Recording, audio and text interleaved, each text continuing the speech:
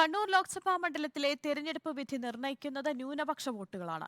26% മുസ്ലിം വോട്ടുകളും 12% Christian വോട്ടുകളുമാണ് മുന്നണികൾ ലക്ഷ്യം വെക്കുന്നത്. ന്യൂനപക്ഷ വിഷയങ്ങൾ ചർച്ചയാക്കി വോട്ടുകൾ അനുകൂലമാക്കാനാണ് മുന്നണികളുടെ തന്ത്രം.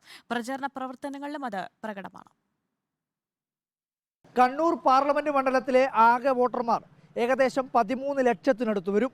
അതിൽ 40% ന്യൂനപക്ഷ വോട്ടുകളാണ്. ഇടതിൻ്റെ കോട്ടയാണെങ്കിലും മിക്കപ്പോഴും UDFിനെ തുണച്ചിട്ടുള്ള കണ്ണൂർ മണ്ഡലത്തിൽ എല്ലായ്പ്പോഴും UDFിന് അനുകൂലമായിട്ടുള്ളതും ഈ ന്യൂനപക്ഷ അനുകൂല വികാരമാണ്. ഇക്കുറിയും ആ ന്യൂനപക്ഷ വോട്ടുകളിലാണ് മുന്നണികളുടെ കണ്ണ്.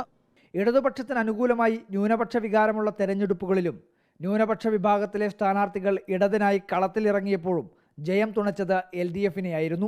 പ്രതിദാനം ചെയ്യുന്ന രാഷ്ട്രീയത്തെയാണ് ഞങ്ങൾ തുറന്നു കാണിക്കുന്നത്.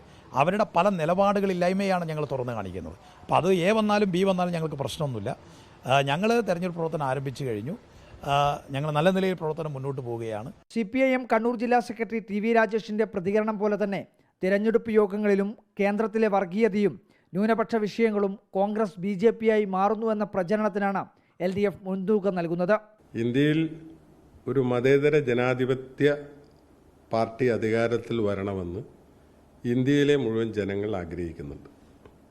അതുകൊണ്ട് തന്നെ ഇന്ത്യയിലൊരു ജനാധിപത്യ മതേതരത്വ ഗവൺമെൻറ് സുസ്ഥിരമായ ഒരു ഭരണം കൊണ്ടുവരുവാൻ പറ്റുന്ന രാഷ്ട്രീയ പ്രസ്ഥാനം അത് ഇന്ത്യൻ നാഷണൽ കോൺഗ്രസും ഇന്ത്യൻ നാഷണൽ കോൺഗ്രസിനോടനുബന്ധിച്ച ഇന്ത്യ മുന്നണിയും തന്നെയാണ് എന്നുള്ളത് ജനങ്ങൾ ഉൾക്കൊണ്ട് കഴിഞ്ഞിരിക്കുകയാണ്.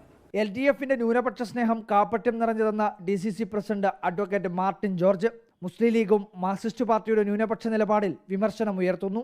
ന്യൂനപക്ഷത്തിന് അനുകൂലമായിട്ടുള്ള നിലപാടെടുക്കുന്നൊരു മുന്നണിയും പാർട്ടിയാണ് CPM-ഉം LDFും എന്നുള്ളത് തന്നെ വസ്തുതകൾക്ക് വിരുദ്ധമാണ്. സത്യത്തിൽ കണ്ണൂരിൽ തെരഞ്ഞെടുപ്പ് ജയിക്കണമെങ്കിൽ ന്യൂനപക്ഷ വോട്ടുകൾ പെട്ടിയിൽ വീണേ തീരൂ എന്ന കാര്യം മുന്നണികൾക്ക് നല്ല ബോധ്യമുണ്ട്. ഒരു പരിധിവരെ അതുതന്നെയാണ് യാഥാർത്ഥ്യവും.